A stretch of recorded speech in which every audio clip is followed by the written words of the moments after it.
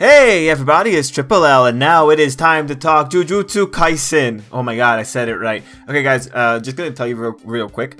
I have trouble pronouncing Jujutsu Kaisen. Jujutsu. Yes, there we go. Jujutsu. Got it. I have trouble pronouncing Jujutsu Kaisen. It just twists my tongue a little bit. So for the future, I'm just gonna call it Juju Kai. Anyway, hey. Welcome to chapter 48 of Juju Kai, my thoughts and my impressions. Now, because there is a lot of manga series that a lot of people want me to cover, I'm not going to be covering these manga series all that often, just because I'm struggling keeping up with just the things that I want to cover and the things people want me to cover and the things I'm reading. Because of that, Jujutsu is probably going to not be covered as often as, say, Hero Academia and Soma and One Piece. But I will come in every now and again and talk about them. And so it'll pretty much be the Black Clover schedule. Just whenever I can, I'll just talk about it. Another thing I'm going to say is that one thing I will do is that I'll have videos talking about the whole arcs. So whenever this current arc of Juju Kai is over, specifically the... What are we calling it officially? What's the chapter title? I think it's the Kyo, like the sister battles right now. I think we're calling it officially. Jimini's box has the name. Anyway, once this current arc is over, I will come back and we will have a whole video talking about, well, how effective was this arc? What cool things did it do? All that kind of stuff. Ah, yes, the Kyoto Sister School Exchange. We've kind of ended one arc technically by chapter 44. We're now into like the versus the curses side of the arc. But yeah, just keep an eye on that if you like any of those series. So if you like any of the current Shonen Jump series, just look out for the manga arc reviews along with any little individual impression chapters. This week I have a little bit more time, and because I also skipped a few days before this, I'm gonna try and catch up, or post some things about the current series that we have. Jujutsu Kaisen, however, is one of the first ones we're gonna do. So this chapter, I honestly recommend just reading it on either Manga Stream, Jimini's box, and then also reading it on Viz. And the Viz link will be down below. As we know, Viz Media is doing that thing where the chapters are free, so I highly recommend checking it out. The reason I recommend Viz is just we really need those extra translations when it comes to fine little details. And so for the first thing I want to talk about for Jujutsu Kaisen, this is a very technical thing. It's just the whole explanation of the Black Flash was kind of hard for me to get, and I'm not sure if it's because I was tired and I wasn't reading it properly, like my language comprehension was down, but we got the general gist of it, right? This seems like a thing where it's like a quick time event in a video game. Like if you hit that button at just the right time, you know you're going to get that damage boost. And that seems to be what the Black Flash is based on, with one of the big words being the power is on average 2.5 times that of a normal hit. That's pretty cool. The problems that I had reading this chapter before I read the Viz Media translation was the whole part about there not being a single Jujutsu user who can use it at will. Because like that statement by itself is like, well, why are you expecting Yuji to be able to do it? Right? That's kind of odd. Although you can make the argument that probably next chapter they're going to reveal that because Yuji in particular was so, I guess, used to his divergent fist, he can probably get a better sense for how this delay is supposed to work. So it's very interesting that we went from a spot of Todo trying to teach Yuji to not use a divergent fist too much. He had that whole little talk about flowing versus living in the world with every bit of your being. And we end up with an ability that ultimately relies on the delay that the flow handicap can provide. Specifically, just the idea of that very, very small delay between physical blow and power. I think we ended up having, a situation where you have that instantaneous aspect to the power versus Yuji's predisposition to delaying abilities, to delaying cursed energy. So I think that's really interesting.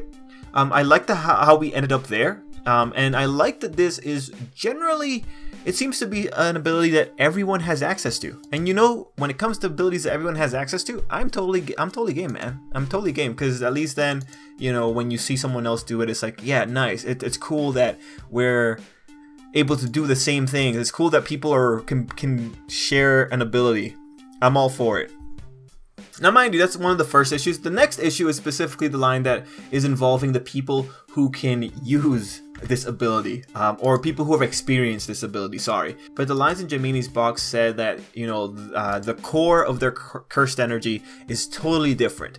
And I didn't fully understand that. And then, you know, just the Viz Media translation kind of helped out a little bit in this case, where they changed it to the understanding of the essence, which makes more sense, because it's like, well, how can a quick time event change someone's inner workings? But if you experience the quick time event, you realize that if you press the button right at the right time, you understand something more about the game mechanics, right? So that made more sense to me. Mind you, it really depends on your level of reading comprehension. Maybe you as a reader understood that better than I did, but it's just interesting. This is one of the reasons that it's, you know, it's good to have like what? 3 different sources of translations, especially when one of the translations isn't clear enough. So I'm all for it. So that's the only real technical thing I had for this chapter. It's just that weird wording, and then also the like for the Yuji bit, because he's actually using the Black Flash, we can assume that he is probably right now the only example of a person that can use Black Flash at will. Now, I do want to ask you guys, have we seen Black Flash before? I went back up to chapter 30 and I read through from chapter 30 forward over like just the weekend, and I couldn't find any other instances of Black Flash, but it might have happened even earlier. So if you guys have seen it before, can you please let me know any chapter references and I'll go check it out. It's just because my memories aren't very good for Juju, and unfortunately I don't know what to keep in my memory, so you know, it's something I'll fix in the future. Anyway, as opposed to other parts of the chapter, well, what were the parts of the chapter that were pretty interesting to see? Well, the fight is of course very interesting, but the real thing that I love is just the dynamic between Todo and Yuji, because this was just great. It's funny how they've bonded so much, and it's funny how Yuji has pretty much just kind of bought into the insanity that is being best friends with Todo. I think that was hilarious. I think this is a situation where these guys have beaten themselves in the head so often that they now really think they're best friends. And you know what? Honestly, all things considered, I'm pretty okay with it, because Todo's a pretty easy guy to understand. This is probably one of those people that's worth having on your side. The only thing that I'm kind of concerned of right now is that he's set up to be someone who could be hurt, right? He's set up to be someone who could be killed to hurt our main character. And that's, well, that's kind of concerning. I really like Todo, and I don't want him to be a sacrifice in all of this. But right now, Todo and Yuji are in the same area as all the other high-grade curses. This is a dangerous situation to be in. So it's going to be a question of how effective are the curses going to be at thwarting the shamans. And right now, I'm really hoping that Todo is going to be okay. Also, I just want to say, I love the posing for Todo's character in general. Like, something about this pose is just nice to look at. And you know, he's done it all throughout. Just the posing on him, it's good. It's fabulous. It's over-exaggerated. I like it. Totally good. Author, I like what you're doing with this character. Anyway, the last thing that we can really talk about, aside from the chemistry between Todo and Yuji and them having a good time and them confusing the curse itself, is that we had an interesting notion about anger. It's always interesting when we're talking about how anger is used in series. Depending on the bend of the series, they might have some kind of philosophical meaning to anger. Like, you know, in Naruto, it was pretty much don't give in to anger. Or in Fairy Tail, it's pretty much like, oh yeah, you know, negative feelings can really power curses, but love is really what powers up magic. So depending on the series, you had different interpretations of anger. In this case, Juju has, I think, a very reasonable philosophy revolving around the anger, specifically it being a valuable trigger for a Jujutsu sorcerer, and them talking about, well, you know, if you get your opponent angry, that's going to make them make more mistakes, and also, you know, if anger goes overboard, it's going to cause you to kind of slip up on your side. I think this is a very balanced approach while still talking about how important anger is, and it's nice that it's specifying the distinction between overflowing with anger and having anger at just the right spot. So it is interesting how, you know, especially because Jujutsu Kaisen is based around negative emotions, it is interesting how the author balances out what would otherwise be negative feelings and kind of works it into something positive, or something that can be manageable, or something that's pretty much like a tool that could go either way depending on who's using it.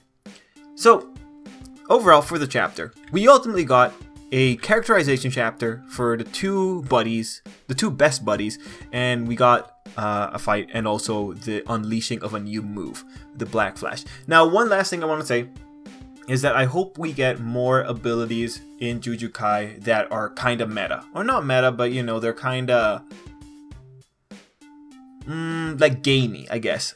You know, we on one hand, like, we have that ability, or you know, just the condition of curses being that if you put yourself at a more disadvantage, put yourself at more of a disadvantage, you know, your power gets higher, and we see that they use that to justify people explaining their techniques. They explain their techniques because then they'll work better. I love that concept, and now we have the Black Flash, which is pretty much a quick time event.